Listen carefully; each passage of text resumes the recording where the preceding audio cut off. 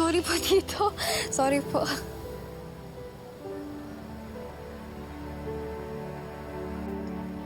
Okay lang po ba kayo? Sorry po, ah. Go ahead. Kargahin mo ang anak mo.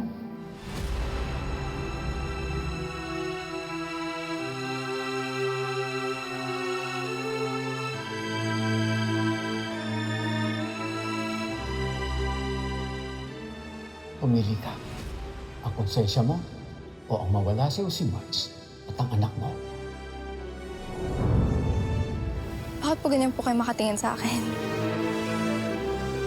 Wala naman, anak.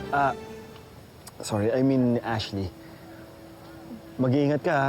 Tsaka baka hinahanap ka na ng daddy mo, ha? Sige.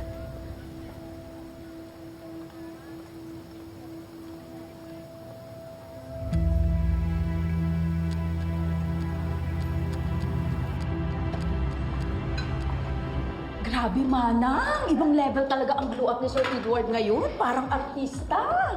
Naku. Oo nga, pati si Ma'am Thea. Ang laki ng iginanda, no? Yes. Manang Yoli, hindi ka ba masayang dumating na sila Sir Edward? Masaya naman ako, syempre. Pero ewan ko ba? May napapansin ako sa paligid. Parang may tensyon. Hindi ko maintindihan.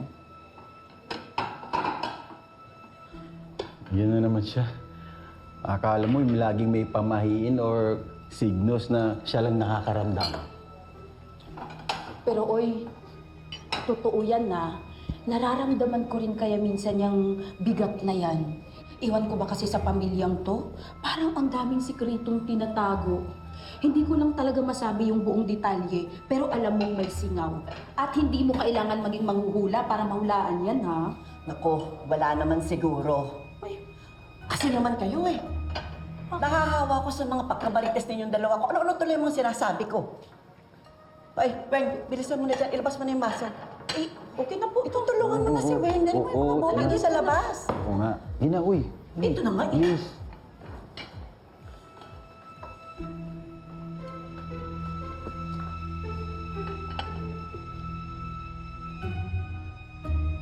Thank you.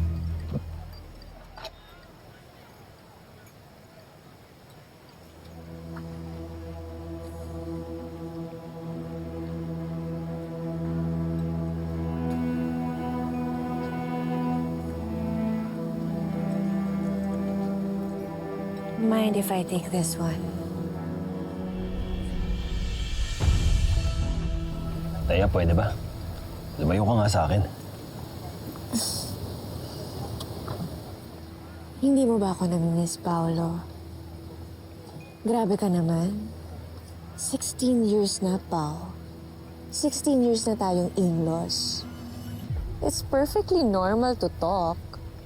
Hindi mo naman ako kailangang iwasan. O si Ashley. Thea, lagi na lang.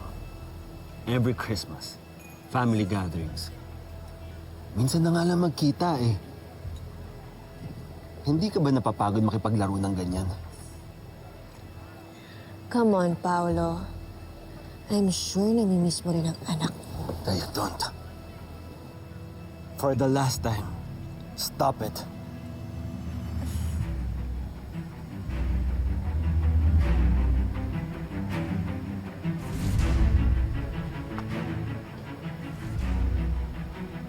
What's going on?